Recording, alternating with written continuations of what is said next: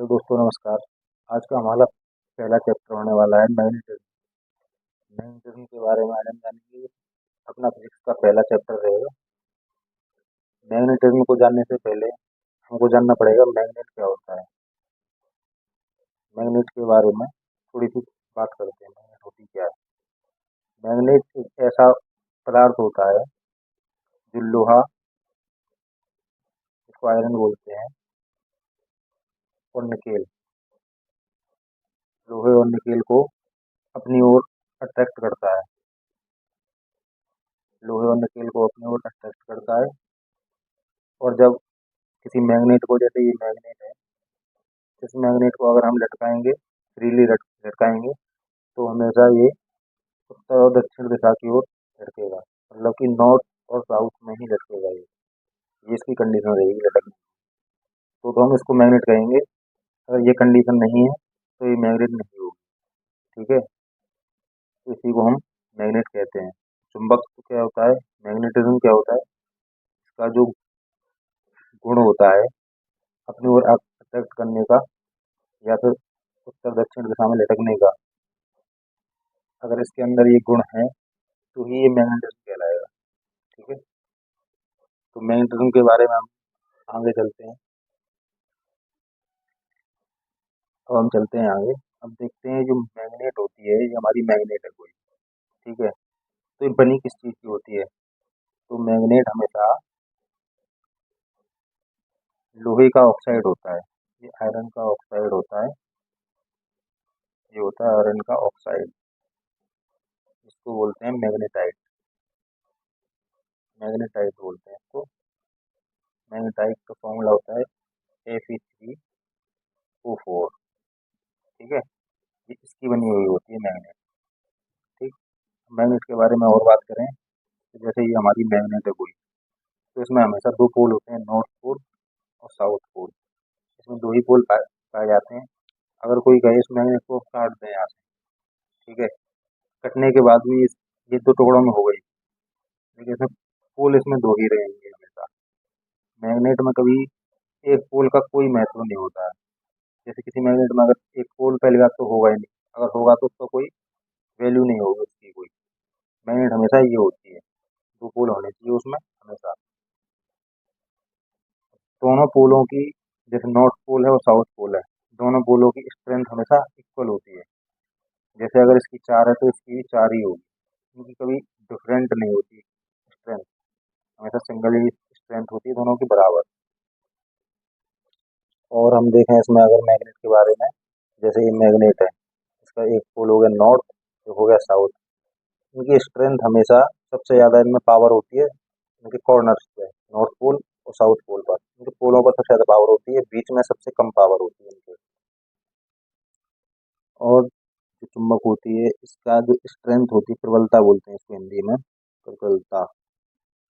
इसका ऐसा यूनिट क्या होता है, इसका ऐसा यूनिट होता है एम्पियर मीटर। चुंबक की स्ट्रेंथ का ऐसा ही यूनिट होता है एम्पियर मीटर। ठीक है, इसके बाद में चुंबक की ये, जैसे ये मैग्नेट है कोई अपने पास, ठीक, इसका एक पोल हो गया नॉर्थ, एक हो गया साउथ। यहाँ से यहाँ तक की दूरी, तो पोलों के बीच की दूरी। ठीक है, इसमें दो दूरियां होती हैं। जो किनारे की दूरी होती है यहाँ से लेके यहाँ तक की, इसको बोलते हैं जियोमेट्रिकल लेंथ, या बोलते हैं ज्यामितीय लंबाई। ज्यामितीय लंबाई, ज्यामितीय लंबाई। ठीक है, और जो पोलों के बीच की लंबाई होती है उसको बोलते हैं हमेशा क्या, चुंबकीय लंबाई। चुंबकीय लंबाई, चुंबकीय लंबाई, इसमें दो लेंथ होती है। एक तो होती है किनारों की, इसको बोलते हैं जियोमेट्रिकल लेंथ। जो होती है पोलों के बीच की, इसको बोलते हैं चुंबकीय लंबाई। अब हमारे पास दो लंबाई आ गई है। अगर हम इनका, इनकी वैल्यू क्या होती है, इनकी वैल्यू देखते हैं। पहले होती है चुंबकीय लंबाई, चुंबकीय लंबाई अपॉन जियोमेट्रिकल लेंथ। इनकी हमेशा वैल्यू रहेगी 0.84। ये याद करने वाली बात होती है इसके अंदर, सबसे मेन इंपॉर्टेंट यही है अपना। ठीक है, और इसमें होता है नॉर्थ पोल, साउथ पोल हमेशा अट्रैक्ट करेंगे अपोजिट पोल होते हैं जैसे, वो हमेशा एक दूसरे को रिपेल करेंगे। ये अट्रैक्ट करते हैं, ये रिपेल करते हैं। अपोजिट पोल जैसे नॉर्थ, नॉर्थ हो गया तो ये रिपेल करेगा, और साउथ, साउथ हो गया तो भी रिपेल करेगा। ठीक है, अपोजिट होने चाहिए हमेशा, नॉर्थ साउथ होने चाहिए, तो ही वो अट्रैक्ट करते हैं अपनी ओर एक दूसरे को। अब थोड़ा और बात कर लेते हैं मैग्नेट के बारे में। जैसे हमारे पास में ये मैग्नेट है कोई, ठीक, इसमें दो पोल हैं, नॉर्थ और साउथ। हमने पहले बताया था इनकी स्ट्रेंथ हमेशा पोल्स पर ज़्यादा होती है, ये स्ट्रेंथ हो गई, और बीच में होती है कम हमेशा। अगर हम ये मैग्नेट को बीच से काट देते हैं, ठीक है, किसी प्रकार बीच से काट देते हैं, तो इनकी स्ट्रेंथ हो जाएगी हाफ। स्ट्रेंथ क्या हो जाएगी? हाफ। मतलब इनकी जो इनकी क्षमता है अट्रैक्ट करने की, वो हाफ हो जाएगी। ठीक है, अगर इस मैग्नेट को हम इस तरीके से काट दें, लंबाई में काट दें, तो इस पर कोई इफेक्ट नहीं पड़ेगा, क्योंकि नॉर्थ और साउथ दो पोल बन जाएंगे, दो मैग्नेट बन जाएंगे अलग अलग, कोई इफेक्ट नहीं पड़ेगा। बीच से काटने पर स्ट्रेंथ आधी हो जाती है, बीच से लंबाई के हिसाब से काटेंगे तो आधी हो जाती है, और बीच से अगर लंबवत काटेंगे तो हमेशा ये कोई असर नहीं पड़ेगा इन पे, ये बराबर ही रहेगी, हमेशा मैग्नेट ही रहेगी। ठीक। अब हम बात करते हैं कि मैग्नेट कितनी प्रकार की होती हैं। तो ये होती हैं दो प्रकार की। पहली होती है आर्टिफिशियल, दूसरी होती है नेचुरल। ठीक है, नेचुरल वो होती है जो हमको प्रकृति में जमीन के अंदर रॉ फॉर्म में मिलती है। ठीक है, इसका कोई साइज या आकृति फिक्स नहीं होती है इसकी। ठीक है, कोई आकृति साइज नहीं होती फिक्स, क्योंकि ये होता है ऑक्साइड होता है, लोहे का पहले बताया था हमने, ऑक्साइड होता है, मैग्नेटाइट बोलते हैं इसको। ठीक है, मैग्नेटाइट बोलते हैं इसको। और कृत्रिम वो होती हैं इनको मनुष्य खुद बनाता है, इसको हम खुद बनाते हैं, इसकी शेप निश्चित होती है। ठीक है, जैसे एग्जाम्पल के तौर पर हम ले सकते हैं लोहा, कोबाल्ट आदि, इसको हम बनाते हैं खुद। जैसे कि बार मैग्नेट, बार मैग्नेट ये वाली होती है। ठीक, एक होती है रिंग मैग्नेट, रिंग फॉर्म में होती है। एक होती है हॉर्स शू, जो घोड़े का नाल होता है, पैर में लगा होता है, उस जैसा होता है हॉर्स शू मैग्नेट। ठीक है, ये होती है। एक होती है डाइस मैग्नेट, डाइस मैग्नेट ये होती है। एक होती है मैग्नेटिक मैग्नेट, ठीक है, जो दिशा दिखाती है। ठीक है, ये होती है। ये तो होती है अपनी आर्टिफिशियल। ठीक, ये बहुत सारी आकृति की हो सकती हैं। ठीक, और जो आर्टिफिशियल अपनी जो मैग्नेट होती है ना, सब उसके इम्पोर्टेंट चीज सबसे ज़्यादा ये है कि इसमें अट्रैक्ट करने की क्षमता ज़्यादा होती है, स्ट्रेंथ ज़्यादा होती है इसकी, स्ट्रेंथ होती है ज़्यादा, हमेशा ज़्यादा रहती है। उनकी स्ट्रेंथ होती है कम, स्ट्रेंथ कम होती है इनकी हमेशा। ठीक है, ये दो पॉइंट इसमें इम्पोर्टेंट है। अब आ जाता है हमारे पास में परमानेंट मैग्नेट। इसके बारे में बात करेंगे, परमानेंट मैग्नेट होती क्या है। ये वैसी चुंबक होती हैं, कैसी, जो बहुत ही कठिनता से, कठिनता से बनती हैं, बहुत ही कठिनता से बनाते हैं इसको। और इसकी ये स्ट्रेंथ होती है, स्ट्रेंथ भी बहुत कठिनता से जाती है, कठिनता से जाती है। समझे, इसको बताते हैं कैसे। इसको बनाना भी बहुत कठिन होता है इसको, और इसकी जो स्ट्रेंथ होती है इसको हटाना भी बहुत ही कठिन होता है। जैसे लाउड स्पीकर, लाउड स्पीकर देखा होगा आपने, लाउड स्पीकर इसका एग्जाम्पल हो गया। गैल्वेनोमीटर, इनको बनाना भी बहुत हार्ड होता है, इनकी मैग्नेटिज्म को हटाना भी बहुत हार्ड होता है। ठीक है, ये स्टील की बनी होती है, इसको स्टील से बनाते हैं हमेशा, इसको बोलते हैं एल्कीनो, एल निको। ठीक है, एल निको से बनती हैं। एल निको में कौन कौन से वो होते हैं, इसमें होता है, एक तो होता है एल्युमिनियम, एक होता है निकेल, कोबाल्ट, एंड आयरन, इनको बोलते हैं एल नीको। एल नीको से बनती है वो होती है परमानेंट मैग्नेट। इनको बनाना भी कठिन होता है, इनको मिटाना भी बहुत कठिन होता है। ठीक है। दूसरी होती है हमारे पास में टेम्परेरी मैग्नेट, इसके बारे में बात करते हैं। टेम्परेरी मैग्नेट वो मैग्नेट होती है जिसको बनाना भी बहुत आसान होता है, आसान तरीके से बनती है, और इसको मिटाना भी आसान होता है। ठीक है, मिटाना भी आसान होता है।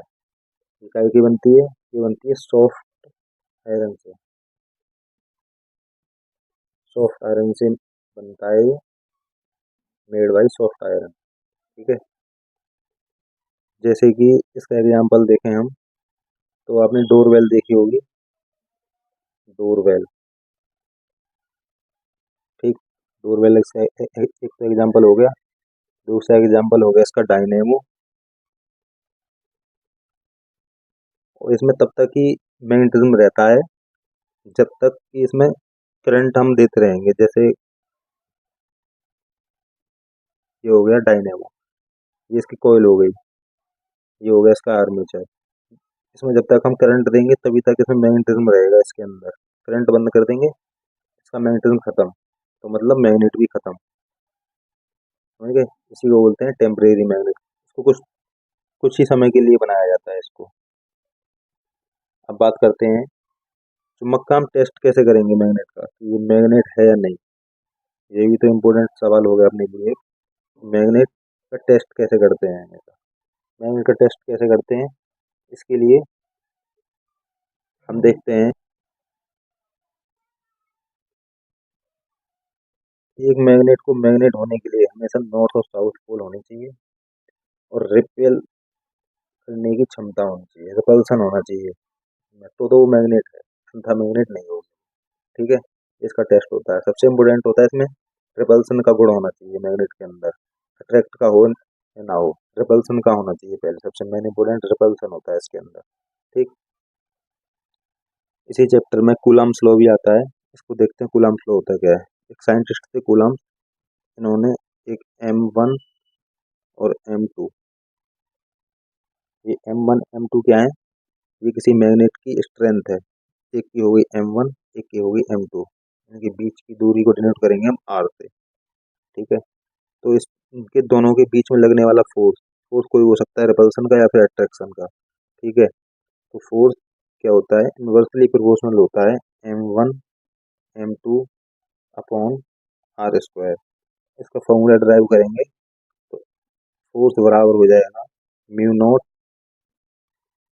बटे 4 pi into M1 M2 upon R square. ठीक है। और इनकी यूनिट की बात करें, यूनिट क्या आएगी इसकी, इसकी यूनिट आती है न्यूटन अपॉन एम्पियर स्क्वायर, इसकी यूनिट होती है। ठीक है। इसमें आपको ये खाली ये फॉर्मूला याद रखना है, ये वाला, और इसकी यूनिट याद रखनी है। इसको आपको डेराइव करके नहीं देखना है, डेराइवेशन इसकी बहुत लंबी होती है। आपको बस ये दो चीज़ें याद करनी है, कूलम्ब्स लॉ में फोर्स और इसका यूनिट। ठीक है।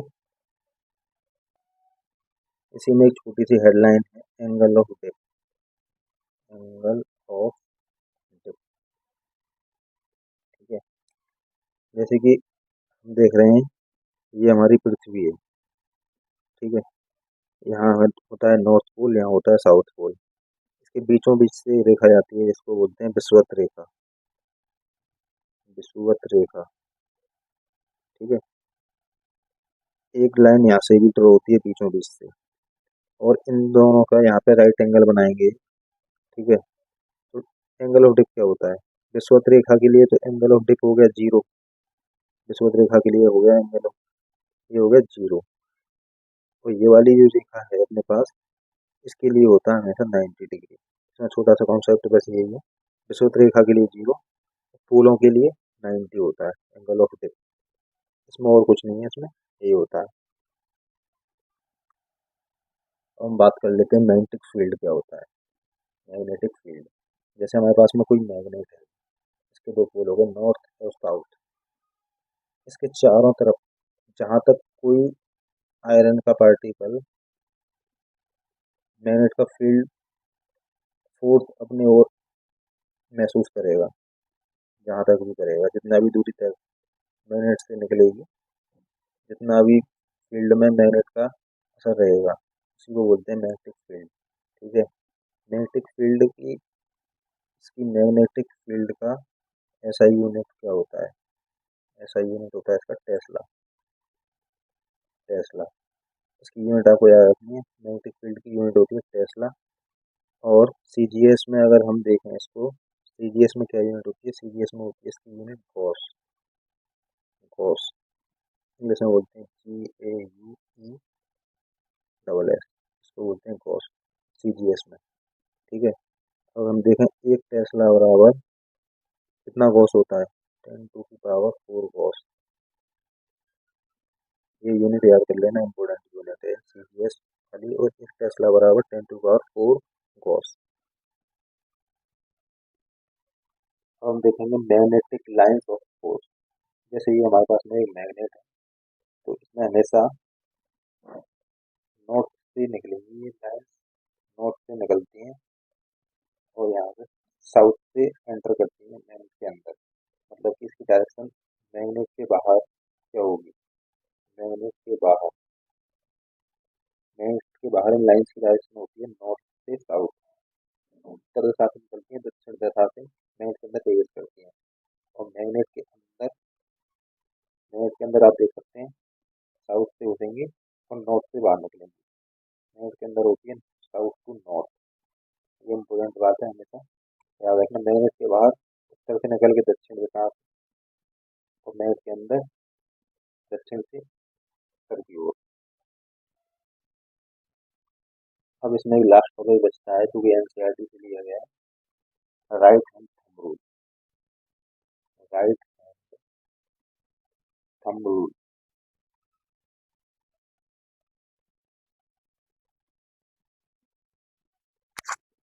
अब इसके बारे में जानते हैं, राइट हैंड थंब रूल होता क्या है।